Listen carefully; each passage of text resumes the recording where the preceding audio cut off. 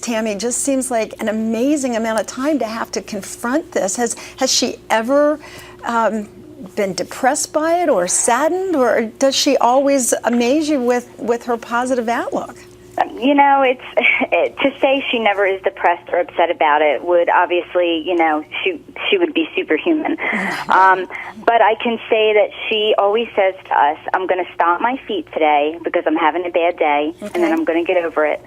And I know that this is, I'm having a bad day, and it's okay. And it's always been about that. It's always been okay to have a bad day, and it's always been okay to cry and to say, this isn't fair. But also she always says you thank God in the good and you thank God in the bad. Well, I'm so glad that you said that life is not always fair, because we're going to talk about that. Many breast cancer patients wonder why them and not someone else. So that's going to be something we're going to talk about in our next segment. Tammy, thank you so much. And like I said, our thoughts and our prayers will be with your mom, Joanne. Okay? Thank you so much. God bless you. Thank you. You as well. We'll take a short break and we'll have some more amazing stories of survival, and they'll inspire you if you're facing this disease when we come back. Thanks for joining us once again as It's Your Call is joining the fight to spread awareness about breast cancer. I'm Lynn Doyle, and we're interested in hearing your stories about your experience with breast cancer. Are you a survivor? Would you be willing to share your experience with us and others to help inform and educate them? Or are you perhaps someone who's lost a loved one? If you'd like to have her story heard, we invite you to share that with us as well. You can email me directly at lynn@lynndoyle.net, or you can find us on Facebook, Twitter, or YouTube.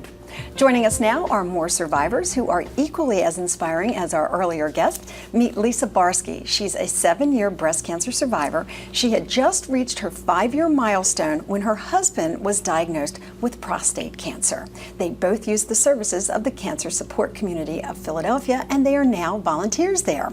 We're also joined by Margaret Zuccotti. She's a breast cancer survivor as well, who was diagnosed with stage 4 inflammatory breast cancer in 2006, shortly after the birth of her third child. For the past 4 years, she has come in as the first survivor in the Philadelphia Susan G. Komen Race for the Cure. Margaret, Lisa, thank you for joining us. Thanks for inviting us. I am just moved, Margaret, by your story, in addition to others, but to hear that you had breast cancer right after giving birth. Can you share with us how traumatic that delivery, that news was?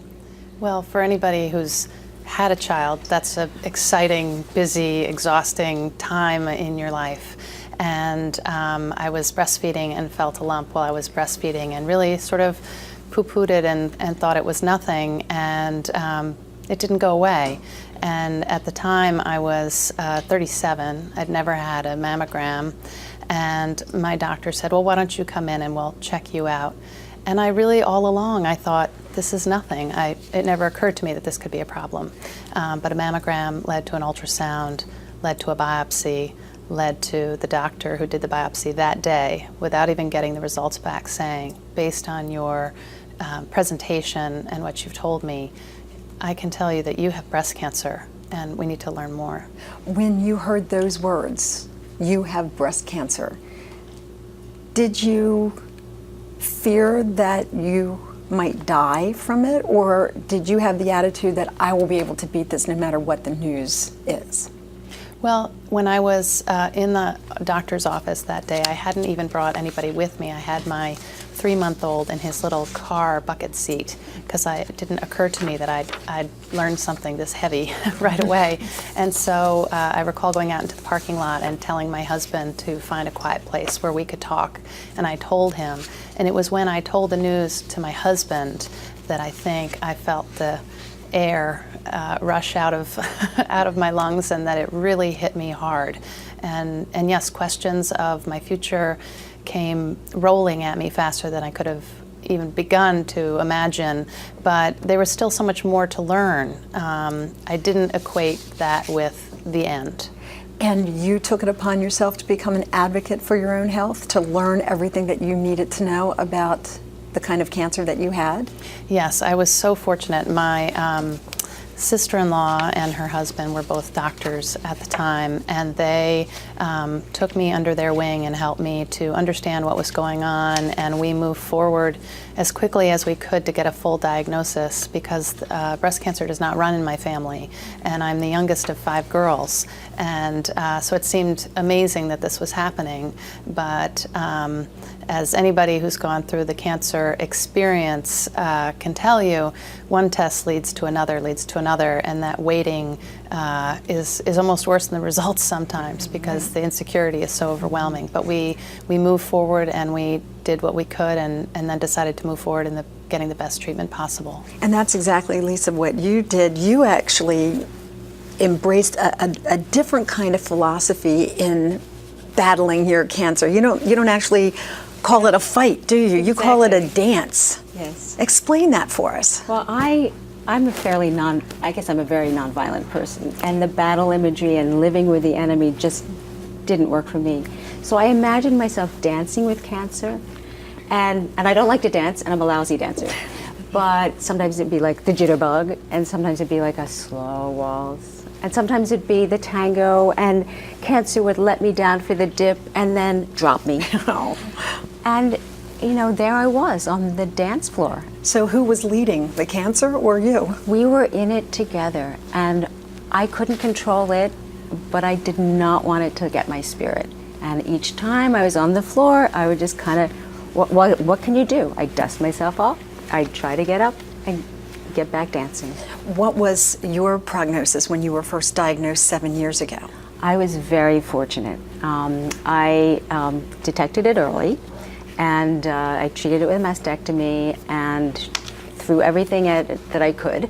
And I'm hoping that it will stand there in the corner of the dance floor and just not cut in on my life again. Yes, you would like cancer to be the wallflower in this dance of life, correct? Exactly. Now, I mentioned right before we took the break, and after we had spoken to Tammy, whose mom, Joanne, was battling or is continuing to battle breast cancer, that sometimes there's a feeling of, life is not fair. And I wanted to ask this question first of you, because here you battled or danced for, I'm so accustomed to saying battled, so I'm going to look at this with a different eye now, but you approached cancer for the last 7 years and have done everything that you can to keep it a wallflower in the dance. And then you hear that your husband has prostate cancer. How do you avoid saying, why me? Why is this all happening to me? Well, I actually did some research to see what the odds would be, and they're not high. But I remember a person in my support group at the Cancer Support Community saying, we don't allow the F word in our house. We don't say fair or unfair. It's what we have. I was going to say, they're obviously not Irish. Because that's not the F word in our house. Just saying. Fair is exactly what I was talking about. So you don't use that. You don't ask whether it's fair or unfair. We are. We're on the dance floor. We're in life. It's about living your life. All right, ladies, tell me what you think about that. Did you ever have a time when you either were first diagnosed or when you were in the throes of battling it and when you were ill, that you looked up and you said, why me? Or does that serve no purpose?